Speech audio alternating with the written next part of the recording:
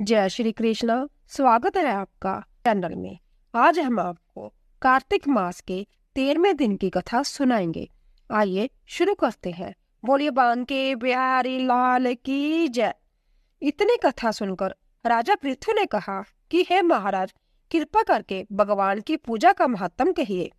तब नारद जी कहने लगे कि हे राजन, जो हंसी में भी भगवान का भजन करता है वह परम पद को प्राप्त हो जाता है, परंतु जो श्रद्धा पूर्वक भजन करता है उसका तो कहना ही क्या है। इस संबंध में हम तुमको एक पुराना इतिहास सुनाते हैं।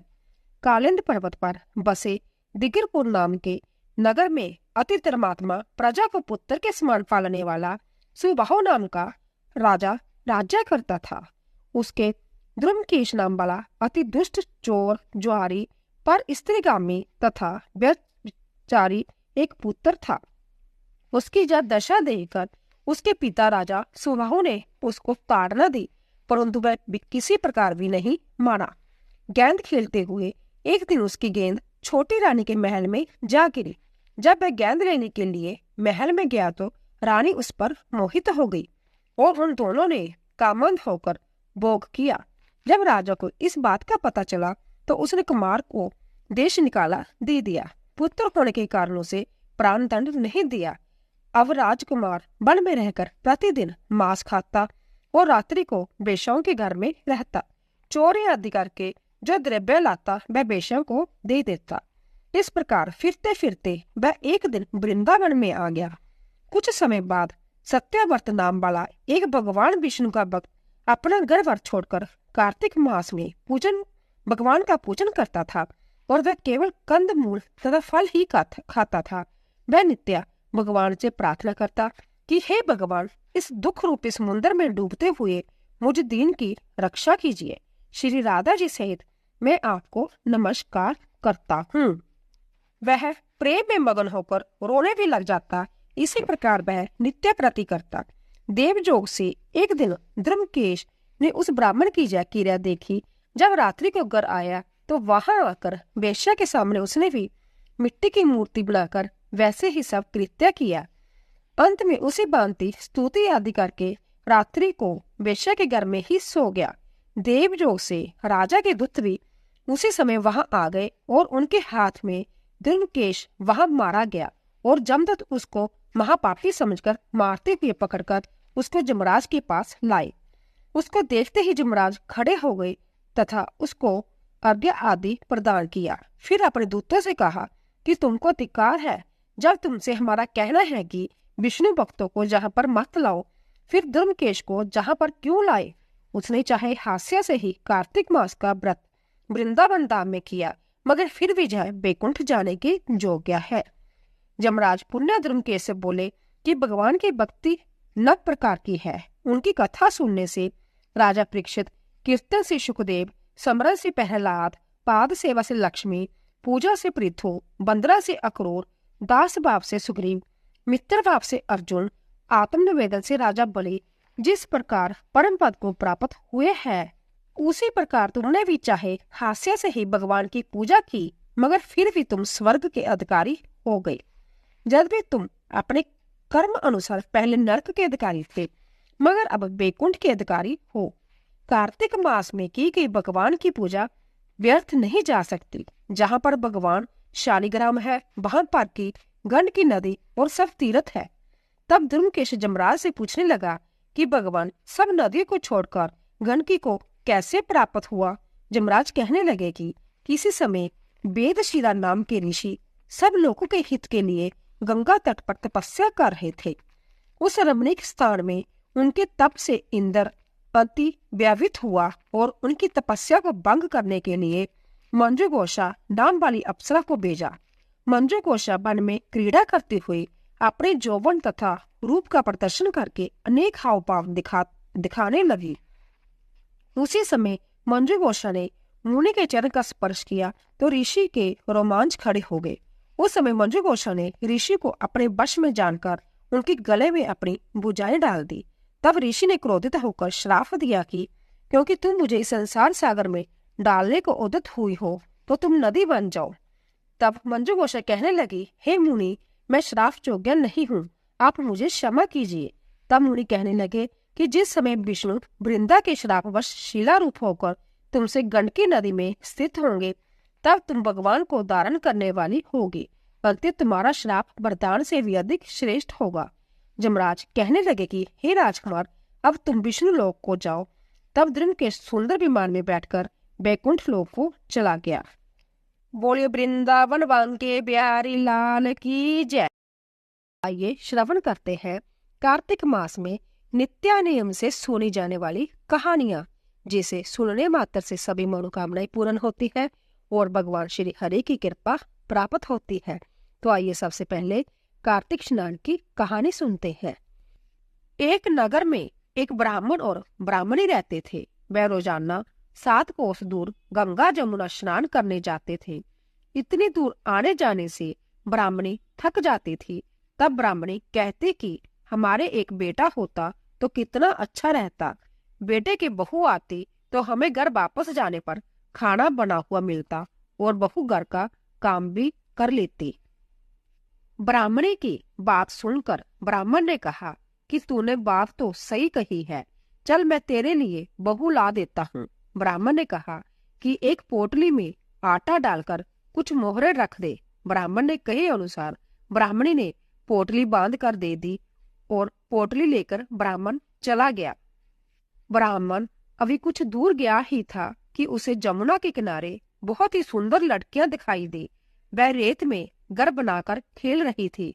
उनमें से एक लड़की ने कहा कि मैं अपना घर नहीं बिगाड़ूंगी, मुझे तो रहने के लिए जे घर चाहिए। लड़की की बात सुनकर ब्राह्मण मन ही मन सोचने लगा कि बहू बनाने के लिए यही लड़की सही रहेगी।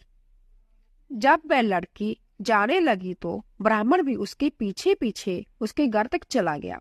वहां जाकर ब्राह्मण ने कहा, बेटी अभी कार्तिक मास चल रहा है, इसीलिए मैं किसी के घर का खाना नहीं खाता। मैं आटा लेकर आया हूँ, तुम अपनी माँ से पूछो कि क्या वह मेरे लिए आटा छानकर 4 रोटी बना देगी। यदि वह मेरा आटा छानकर रोटी बनाएगी तो ही मैं रोटी खाऊंगा। लड़की ने जाकर अपनी माँ से सारी बात कह दी। माँ ने कहा ठीक है, जाकर बाबा से कह दो कि वह अपना आटा दे दे, मैं रोटी बना दूंगी। जब वह आटा छानने लगी तो आटे में से मोहरे निकली। वह सोचने लगी कि जिसके आटे में इतनी मोहरे है उसके घर में कितनी मोहरे होगी। तो लड़की की माँ ने कहा, बाबा आप कहाँ जा रहे हो? तो बाबा ने कहा, मैं अपने बेटे की सगाई के लिए जा रहा हूँ। माँ ने कहा, आपका बेटा कहाँ है?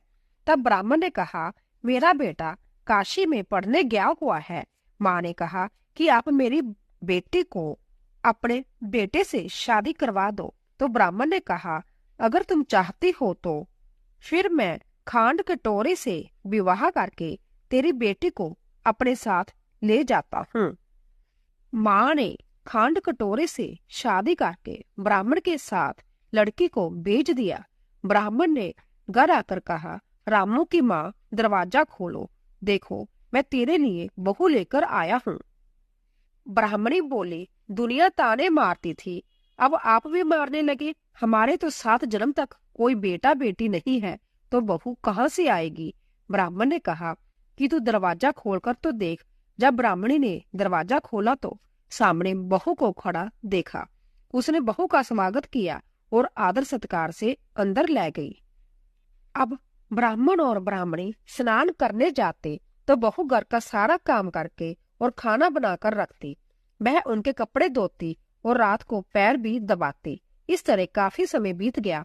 ब्राह्मणी ने भी अपनी बहू से कहा कि बहू कभी भी चूल्हे की आग मत बुझने देना और मटके का पानी खत्म मत होने देना।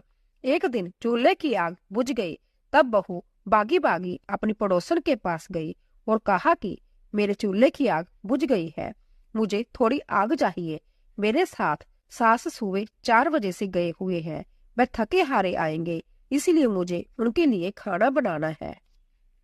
तब पड़ोसन ने कहा कि तू तो बावली है, तुझे यह दोनों मिलकर पागल बना रहे हैं, इनके कोई बेटा नहीं है। बहू ने कहा, नहीं ऐसा मत बोलो, इनका बेटा तो बनारस काशी में पढ़ने गया हुआ है। तब पड़ोसन ने कहा कि जय तुझे झूठ बोलकर लाई है, इनके कोई बेटा नहीं है। अब बहू पड़ोसन की बातों में आ गई और कहने लगी कि अब आप ही बताओ मैं क्या करूं। पड़ोसन ने कहा कि करना क्या है, जब तुम्हारे सास ससुर आए तो जली फूकी रोटियां बनाकर देना और बिना नमक की दाल बनाकर देना, खीर की कड़छी दाल में और दाल की कड़छी खीर में डाल देना। वह पड़ोसन की सारी सीख लेकर घर आ गई। जब उसके सास ससुर घर आए तो उसने ना तो उनका आदर सत्कार किया और ना ही उनके कपड़े धोए। जब उसने सास ससुर को खाना दिया तो सास बोली, बहू आज जो रोटियां जली फूकी क्यों है और दाल भी औलुनी है। तब बहू ने पलट कर जवाब दिया कि एक दिन ऐसा खाना खा लोगे तो कुछ बिगड़ नहीं जाएगा तुम्हारा। सास ससुर को खरी खोटी सुनाकर वह फिर से पड़ोसन के पास गई और बोला कि अब आगे क्या करना है। पड़ोसन ने कहा कि अब तुम सातों कोठों की चाबी मांग लेना। अगले दिन जब भी स्नान करने के लिए जाने लगे तो बहू अड़ गई कि मुझे तो सातों कोठों की चाबी चाहिए। तब ससुर ने कहा कि इसे चाबी दे दो, आज नहीं तो कल इसे देनी ही है। तब सास ने बहू को चाबी दे दी। सास ससुर के जाने के बाद जब बहू ने दरवाजा खोला तो देखा कि किसी में अन्न भरा है, किसी में धन भरा है और किसी कोठे में बर्तन पड़े हैं। जब उसने सबसे ऊपर का सातवां कोठा खोला तो देखा कि शिव जी, पार्वती माता, गणेश जी, लक्ष्मी माता जी, पिप्पल पथवारी, कार्तिक के ठाकुर, राई दामोदर, तुलसा जी का बेड़वा, गंगा जमुना व 33 कोटि देवता विराजमान है। वहीं पर एक लड़का चंदन की चौकी पर बैठा माला जप रहा है। यह सब देखकर उसने लड़के से पूछा कि तू कौन है। तब लड़का बोला कि मैं तेरा पति हूँ, अभी दरवाजा बंद कर दे, जब मेरे माता पिता आएंगे तब दरवाजा खोलना। यह सब देखकर बहू बहुत ही खुश हुई और 16 श्रृंगार कर सुंदर वस्त्र पहनकर अपने सास ससुर का इंतजार करने लगी। उसने अपने सास ससुर के लिए अच्छे अच्छे पकवान बनवाए। जब उसके सास ससुर घर पर आए तो उसने उनका आदर सत्कार किया और प्रेम पूर्वक खाना खिलाया और पैर दबाने लगी। पैर दबाते दबाते बहू ने कहा कि माँ, आप इतनी दूर गंगा जमुना स्नान करने के लिए जाती हो तो आप थक जाती हो, इसीलिए आप घर पर ही स्नान क्यों नहीं करती। यह सुनकर सास कहने लगी कि बेटी, गंगा जमुना घर पर तो नहीं बहती। तब उसने कहा, हाँ माँ जी, बहती है, चलो मैं आपको दिखाती हूँ। जब बहू ने सातवां कोठा खोलकर दिखाया तो उसमें शिव जी, पार्वती जी, गणेश जी, लक्ष्मी जी, पिप्पल पथवारी, कार्तिक के ठाकुर, राई दामोदर, तुलसा जी का बेड़वा, गंगा जमुना बह रही थी और 33 कोटि देवता विराजमान थे। वहीं चौकी पर बैठा एक लड़का माला जप रहा था। माँ ने कहा कि बेटा तू कौन है। लड़का बोला, माँ मैं तेरा बेटा हूँ। तब ब्राह्मणी ने पूछा कि तू कहाँ से आया है। लड़के ने जवाब दिया कि मुझे कार्तिक देवता ने भेजा है। बुढ़िया ने कहा कि बेटा यह दुनिया कैसे मानेगी तो कि तू मेरा बेटा है। बुढ़िया ने कुछ विद्वान पंडितों से मदद मांगी। पंडितों ने कहा कि इस पार बहू बेटा खड़ा हो जाए और उस पार बुढ़िया खड़ी हो जाए। बुढ़िया ने चमड़े की अंगियां पहनी हो और छाती में से दूध की धार निकलकर बेटे की दाढ़ी मूछ बिगे और पवन पानी से गठजोड़ा बंधे, तब माने जाए कि यह बुढ़िया का ही बेटा है। उसने ऐसा ही किया। चमड़े की अंगियां फट गई और छाती में से दूध की धार निकलकर बेटे की दाढ़ी मूछ भीग गई। पवन पानी से बहू बेटे का गठजोड़ बंध गया। यह सब देखकर ब्राह्मण और ब्राह्मणी की खुशी का ठिकाना न रहा। हे कार्तिक के ठाकुर, जैसे ब्राह्मण ब्राह्मणी को बहू बेटा दिया वैसे सबको देना। कार्तिक मास की कथा कहने सुनने और हुंकारा भरने वाले सब पर कृपा करना। अब आइए दोस्तों श्रवण करते हैं कार्तिक मास में नित्यानेम से सुने जाने वाली बूढ़े ससुर और 7 बहुओं की कहानी। एक समय की बात है, किसी नगर में एक बूढ़ा व्यक्ति रहता था और उसकी 7 बहुएं थी। एक बार कार्तिक का महीना आया और उसने अपनी बहुओं से कहा कि मैं कार्तिक का स्नान करूंगा, क्या तुम इसे निभा दोगी। 7 में से 6 बहुओं ने मना कर दिया, लेकिन बड़ी बहू ने कहा कि मैं निभा दूंगी। बूढ़ा हर रोज सुबह उठता और नदी पर स्नान कर घर आता। गीली धोती को वह बड़ी बहू के आंगन में सुखा देता। जैसे जैसे उस गीली धोती में से पानी की बूंदें जमीन पर गिरती, वैसे ही वह हीरे मोतियों में बदल जाती। धोती से हीरे मोती गिरते देख बाकी 6 बहुओं से रहा नहीं गया और वह बोली कि हम भी बूढ़े को अपने जहाँ नहाने को बोलते हैं। उन्होंने कहा कि पिताजी, आप कल से हमारे जहाँ कार्तिक नहा लेना। बूढ़े ने कहा कि ठीक है, मुझे तो नहाना ही है, मैं तुम्हारे जहाँ नहा लूंगा। बूढ़ा सुबह सवेरे स्नान करके आया और धोती उसने दूसरी बहू के आंगन में सुखाने के लिए डाल दी, लेकिन जहाँ हीरे मोती की बजाय कीचड़ टपकने लगा। बहू ने यह देखा तो कहा कि आप हमारे जहाँ पाप का स्नान कर रहे हो, इसीलिए जहाँ से जाओ और बड़ी बहू के जहाँ ही स्नान करो। बूढ़ा वापिस बड़ी बहू के जहाँ आया और कार्तिक का स्नान करने लगा। स्नान करके उसने फिर धोती सुखाई तो फिर से हीरे मोती गिरने लगे। अब कार्तिक का महीना समाप्त होने को था। बूढ़ा चिंता में पड़ गया तो बड़ी बहू ने इसका कारण पूछा। उसने कहा कि कार्तिक स्नान समाप्त होने को है और मेरा मन है कि मैं सारे परिवार को एक दिन खाने का न्योता दूं।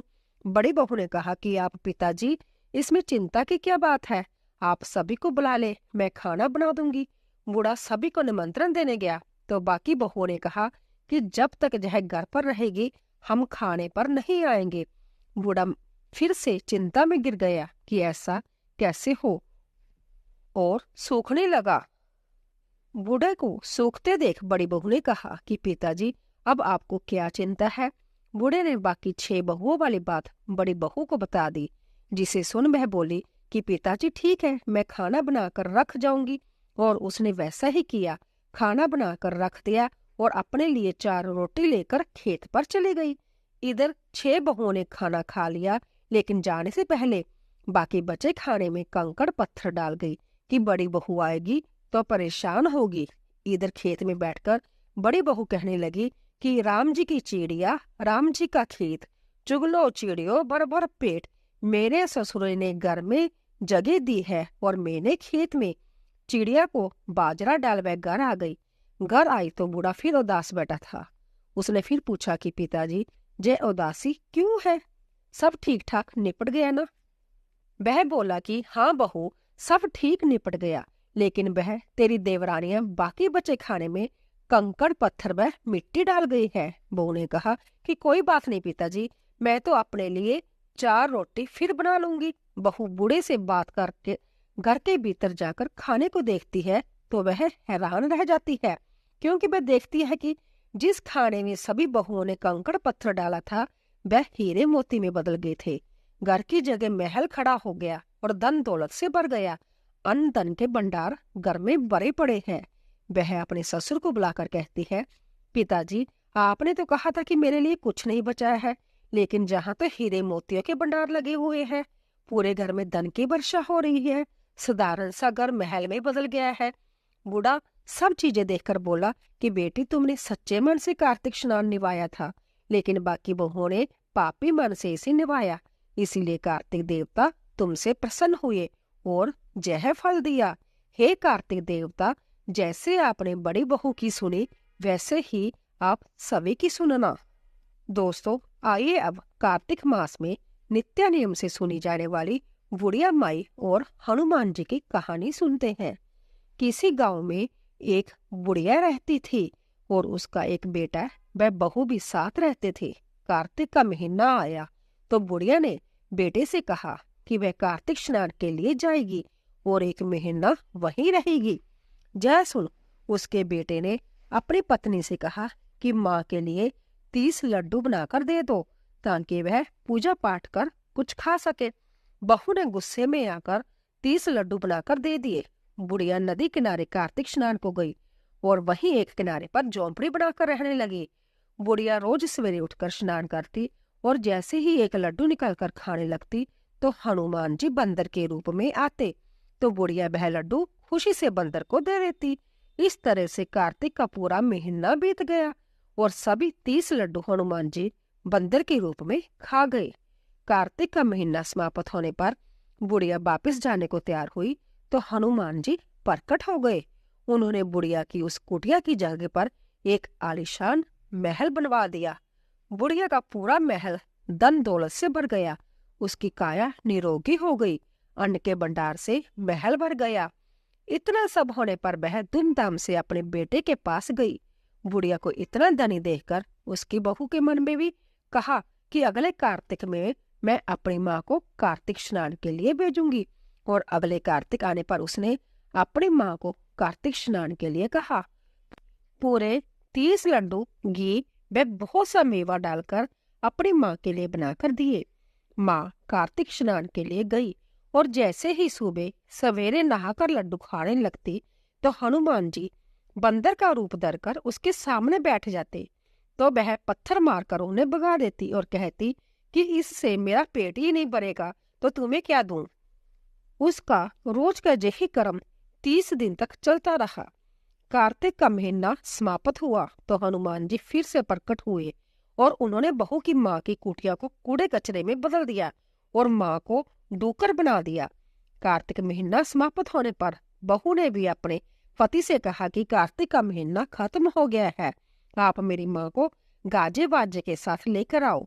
लड़का अपनी सास को गाजे बाजे के साथ लेने गया तो वहां देखता है कि कुटिया की जगह कूड़े का ढेर लगा हुआ है और उस पर उसकी सास डूकर बनकर बैठी है। लड़के को देख हनुमान जी प्रकट हुए और बोले कि बेटा, तुम्हारी माँ ने सच्चे मन से कार्तिक का स्नान किया है और पूजा पाठ किया है, इसीलिए ही तुम्हारी माँ पर कार्तिक देवता का आशीर्वाद बरसा था। लेकिन तुम्हारी सास ने पापी मन से यह कार्य किया है और कार्तिक महीने में बेटी के घर का अन्न खाया है, इसीलिए कार्तिक देवता इससे नाराज हुए और जिससे यह डूकर बन गई है। कहानी के बाद हाथ जोड़कर कहना चाहिए कि हे कार्तिक देवता, जैसे आप लड़के की माँ पर बरसे वैसे ही आप सभी पर बरसना।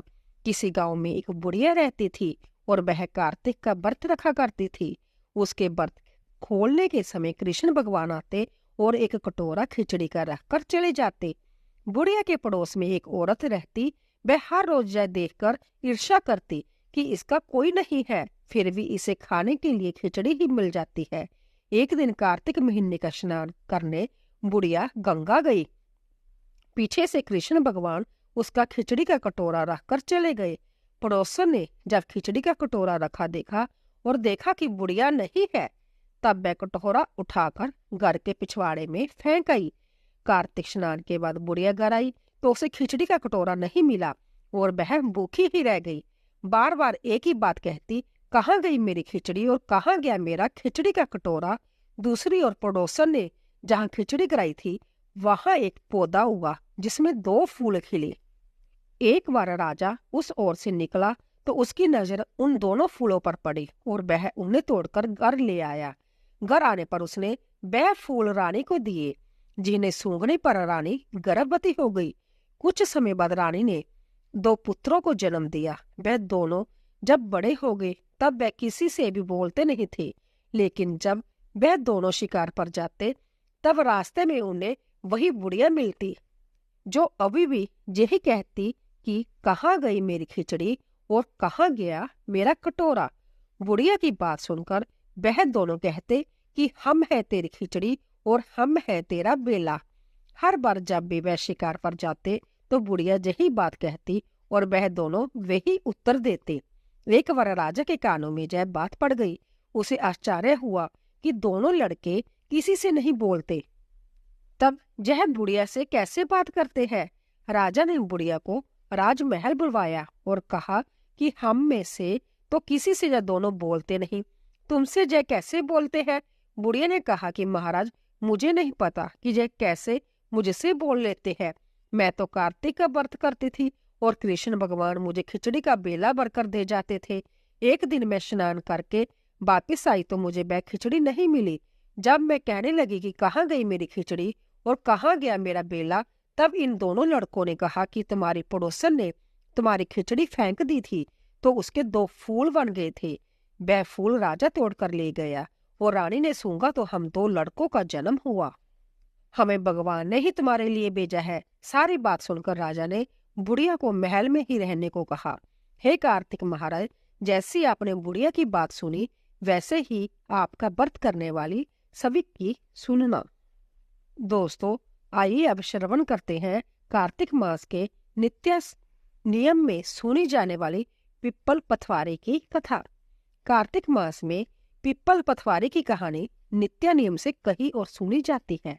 स्नान और पूजा करने के बाद पिप्पल पथवारी की कथा सुनने से अपार पुण्य मिलता है। कार्तिक मास में स्नान, ध्यान और पूजा पाठ का विशेष महत्व होता है। आज के दिन इस कथा को सुनने से सभी पापों का नाश हो जाता है और भगवान विष्णु की कृपा प्राप्त होती है। किसी गांव में एक गुजरी रहा करती थी। वो दूध दही बेचकर अपने परिवार का पालन पोषण करती थी। एक दिन उसने अपनी बहू को बुलाकर कहा कि बहू, जा आज तू यह दूध दही बेचकर आ। बहू दूध दही बेचने गई तो रास्ते में उसने देखा कि कार्तिक मास में महिलाएं पिप्पल सींचने आई हुई है। वो उन्हें देखकर बैठ गई और उन महिलाओं से पूछने लगी कि तुम लोग ये क्या कर रही हो। उन औरतों ने कहा कि हम पिप्पल महादेव की पथवारी सींच रहे हैं। बहू ने फिर पूछा कि अच्छा, ऐसा करने से क्या होता है। तब औरतों ने बताया कि ऐसा करने से अन्न धन की प्राप्ति होती है। अगर किसी का पति वर्षों से बिछड़ा हुआ है तब वह मिल जाता है। औरतों की सारी बात सुनकर वह गुजरी बहू बोली कि तुम तो पानी से सींच रही हो, मैं तो दूध दही से सींचूंगी। अब गुजरी की बहू हर रोज आती और सारे दूध दही से पिप्पल की पथवारी को सींच जाती।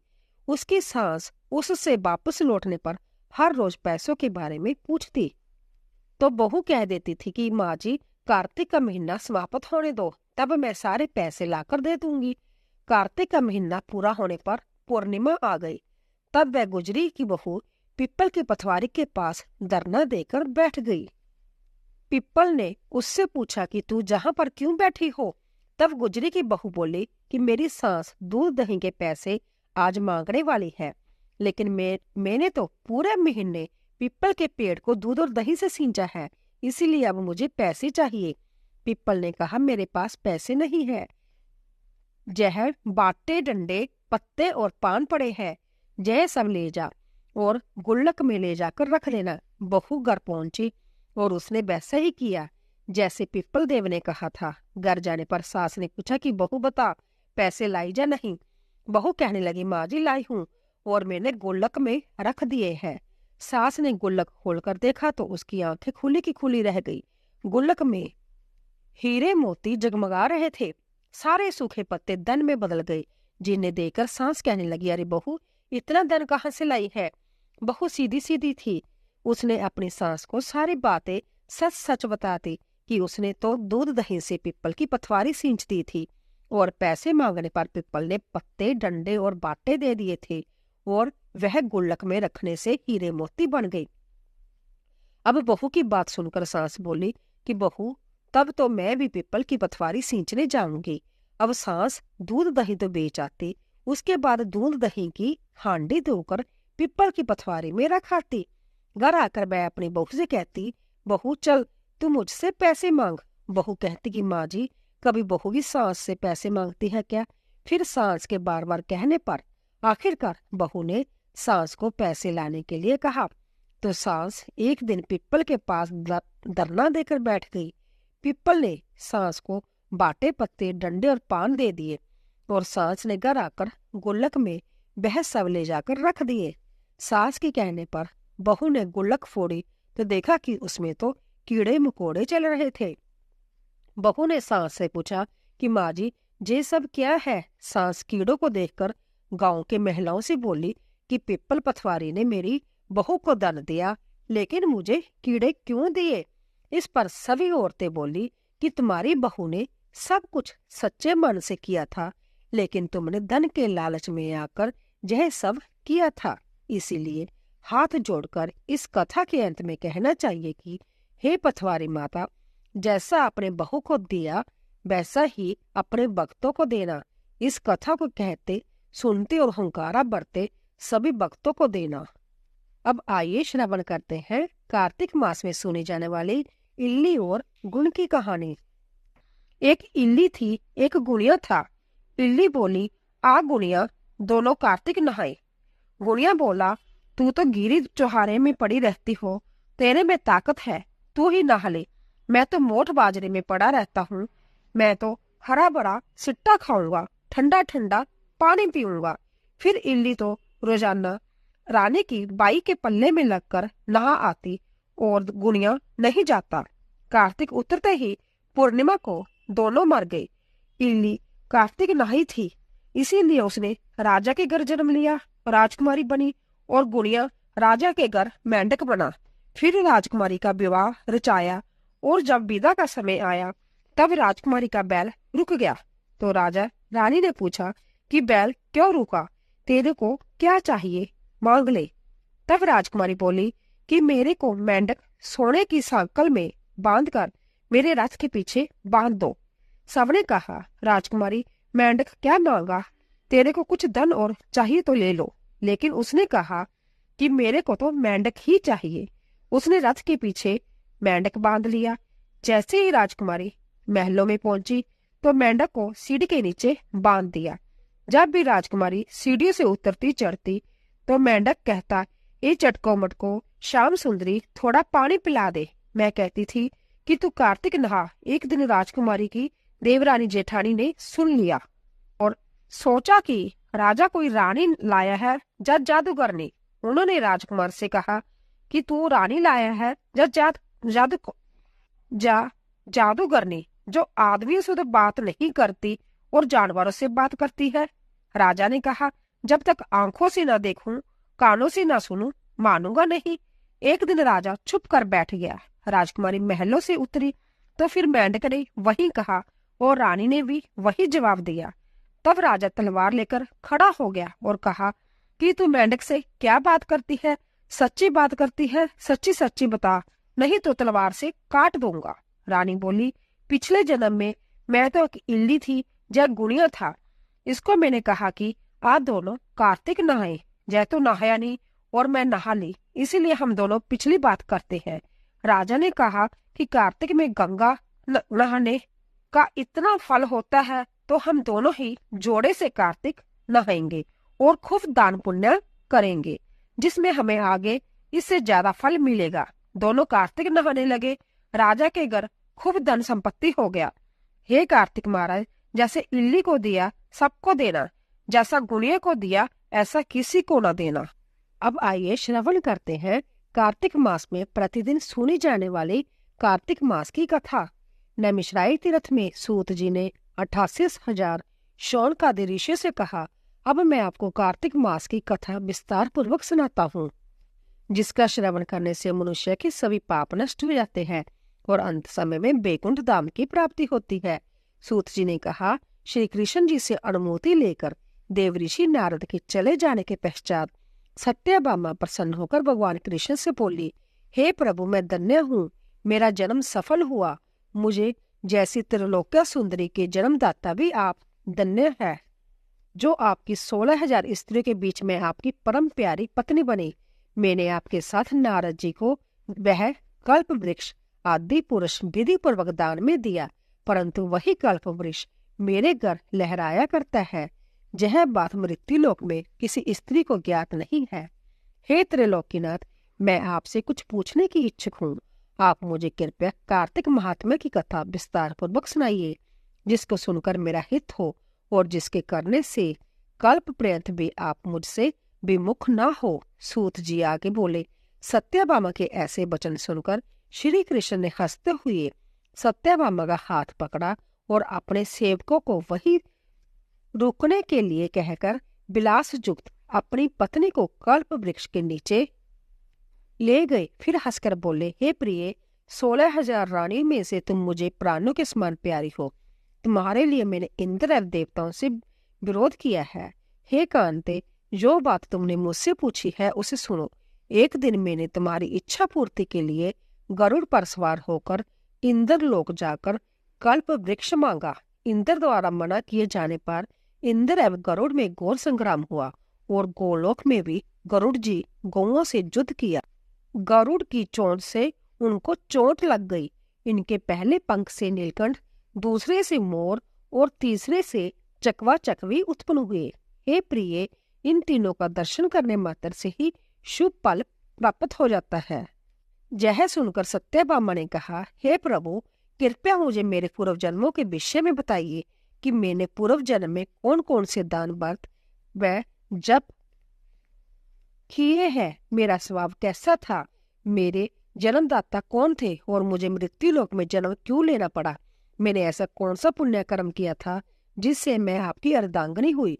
श्री कृष्ण ने कहा, हे प्रिय, अब मैं तुम्हारे द्वारा पूर्व जन्म में किए गए पुण्य कर्मों का विस्तार पूर्वक कहता हूँ, उसे सुनो। पूर्व समय में सतयुग के अंत में मायापुरी में अग्निहोत्र में वेद वेदांत का ज्ञाता देव शर्मा नामक एक ब्राह्मण निवास करता था। वह प्रतिदिन अतिथियों की सेवा और हवन और सूर्य भगवान का पूजन किया करता था। वह सूर्य के समान तेजस्वी था। वृद्धावस्था में उसे गुणवती नामक कन्या की प्राप्ति हुई। उस पुत्रहीन ब्राह्मण ने अपनी कन्या का विवाह अपने ही चंद्र नामक शिष्य के साथ कर दिया। वह चंद्र को अपने पुत्र के समान मानता था और चंद्र भी उसे अपने पिता की भांति समान देता था। एक दिन वह दोनों कुश व समिधा लेने के लिए जंगल में गए। जब वह हिमालय की तलहटी में भ्रमण कर रहे थे, तब उन्हें एक राक्षस आता हुआ दिखाई दिया। उस राक्षस को देखकर डर के कारण उनके अंग शिथिल हो गए और वे वहां से भागने में भी असमर्थ हो गए। तब उस काल के समान राक्षस ने उन दोनों को मार डाला। क्योंकि वह धर्मात्मा थे, इसीलिए मेरे पार्षद उन्हें मेरे बैकुंठ धाम में मेरे पास ले आए। उन दोनों द्वारा आजीवन सूर्य भगवान की पूजा किए जाने के कारण मैं दोनों पर अति प्रसन्न हुआ। गणेश जी, शिव जी, सूर्य व देवी, इन सब की पूजा करने वाले मनुष्य को स्वर्ग की प्राप्ति होती है। मैं एक होता हुआ विकाल और कर्मों के भेद से 5 प्रकार का हूँ। जैसे एक देवदत्त, पिता, भ्राता आदि नामों से पुकारा जाता है। जब वह दोनों विमान पर आरूढ़ होकर सूर्य के समान तेजस्वी रूपवान चंदन की माला धारण किए हुए मेरे भवन में आए, तो वह दिव्य भोगों को भोगने लगे। सत्य बाबा ने कहा, हे प्रभु, आप तो सभी काल में व्यापक हैं और सभी काल आपके आगे एक समान है। फिर जे कार्तिक मास ही सभी मासों में श्रेष्ठ क्यों है? आप सब तिथियों में एकादशी और सभी मासों में कार्तिक मास को ही अपना प्रिय क्यों कहते हो? इसका कारण बताइए। भगवान श्री कृष्ण ने कहा, हे बामने, तुमने बहुत अच्छा प्रश्न किया है। मैं तुम्हें इसका उत्तर देता हूँ। ध्यानपूर्वक सुनो। इसी प्रकार एक बार महाराज बैन के पुत्र राजा पृथु ने प्रश्न के उत्तर में देवऋषि नारद से प्रश्न किया था, और जिसका उत्तर देते हुए नारद जी ने उसे कार्तिक मास की महिमा बताते हुए कहा, हे राजन, एक समय शंख नाम का एक राक्षस बहुत बलवान एवं अत्याचारी हो गया था। उसके अत्याचारों से तीनों लोकों में त्राही त्राही मच गई थी। उस शंखासुर ने स्वर्ग में निवास करने वाले देवताओं पर विजय प्राप्त कर इंद्र आदि देवताओं को एवं लोकपालों के अधिकारों को छीन लिया। उससे व्यवित होकर समस्त देवता अपने परिवार के सदस्यों के साथ समेरु पर्वत की गुफाओं में बहुत दिनों तक छिपे रहे। फिर वह निश्चिंत होकर समेरु पर्वत की गुफाओं में ही रहने लगे। उधर जब शंखासुर को इस बात का पता चला कि देवता आनंद पूर्वक समेरु पर्वत की गुफाओं में निवास कर रहे हैं, तो उसने सोचा कि ऐसी कोई दिव्य शक्ति अवश्य है जिसके प्रभाव से अधिकारहीन यह देवता अभी भी बलवान है। सोचते सोचते वह इस निर्णय पर पहुंचा कि वेद मंत्रों के बल के कारण ही देवता बलवान हो रहे हैं। यदि इनसे वेद छीन लिया जाए तो वे बलहीन हो जाएंगे। ऐसा विचार कर शंखासुर ब्रह्मा जी के सत्यालोक से शीघ्र ही वेदों को हर लाया। उसके द्वारा ले जाए जाते हुए वे से उसके चौगुल से निकल भागे और जल में समा गए। शंखासुर ने वेद मंत्रों तथा बीज मंत्रों को ढूंढते हुए सागर में प्रवेश किया, परंतु न तो उसको वेद मंत्र मिले और न ही बीज मंत्र।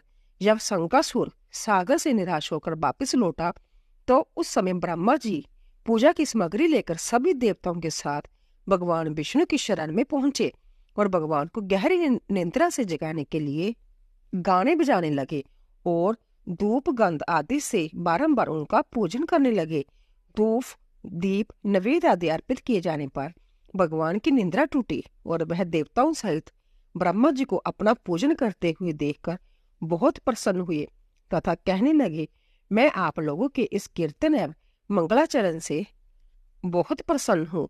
आप अपना अविष्ट वरदान मांगिए, मैं अवश्य प्रदान करूंगा। जो मनुष्य आश्विन शुक्ल की एकादशी से देवो उत्थान एकादशी तक ब्रह्म मुहूर्त में उठकर मेरी पूजा करेंगे, उन्हें तुम्हारी भांति मेरे प्रसन्न होने के कारण सुख की प्राप्ति होगी। आप लोग जो पादम, अर्घ्य, आचमन और जल आदि सामग्री मेरे लिए लाए हैं, मैं अनंत गुणों वाली होकर आपका कल्याण करेगी। शंकासुर द्वारा हरे गए संपूर्ण वेद जल में स्थित है। मैं सागर पुत्र शंकासुर का वध करके उन वेदों को अविलाय देता हूँ। आज से मंत्र बीज और वेदों सहित मैं प्रतिवर्ष कार्तिक मास में जल में विश्राम किया करूंगा। अब मैं मत्स्य का रूप धारण करके जल में जाता हूँ। तुम सब देवता भी मुनीश्वरों सहित मेरे साथ जल में आओ। इस कार्तिक मास में जो श्रेष्ठ मनुष्य प्रांतीय कल स्नान करते हैं, वे सब जग के अवपृथु स्नान धारा बलिभांति नहा लेते हैं। हे देवेंद्र, कार्तिक मास में व्रत करने वालों को सब प्रकार के धन, पुत्र पुत्री आदि देते रहना और उनकी सभी आपत्तियों से रक्षा करना। हे धनपति कुबेर, मेरी आज्ञा के अनुसार तुम उनके धन धान्य की वृद्धि करना, क्योंकि इस प्रकार का आचरण करने वाला मनुष्य मेरा रूप धारण करके जीवन मुक्त हो जाता है। जो मनुष्य जन्म से लेकर मृत्यु पर्यंत विधि पूर्वक इस उत्तम व्रत को करता है, वह आप लोगों का भी पूजनीय है। कार्तिक शुक्ल पक्ष की एकादशी तिथि को तुम लोगों ने मुझे जगाया है, इसीलिए यह तिथि मेरे लिए अत्यंत प्रीतिदायिनी और माननीय है। हे देवताओं, यह दोनों व्रत नियम पूर्वक करने से मनुष्य मेरा सानिध्य प्राप्त कर लेते हैं। इन व्रतों को करने से जो फल मिलता है, वह अन्य किसी व्रत से नहीं मिलता। अंत प्रत्येक मनुष्य को सुखी और निरोग रहने के लिए कार्तिक महात्म्य और एकादशी की कथा सुनते हुए उपयुक्त नियमों का पालन करना चाहिए। बोलिए श्री कृष्ण भगवान की जय। तो दोस्तों, आशा करती हूँ कि आपको हमारी कहानी अवश्य पसंद आई होगी। प्लीज जाने से पहले चैनल को सब्सक्राइब कीजिए, लाइक कीजिए और ज्यादा से ज्यादा शेयर कीजिए। आप सभी का धन्यवाद।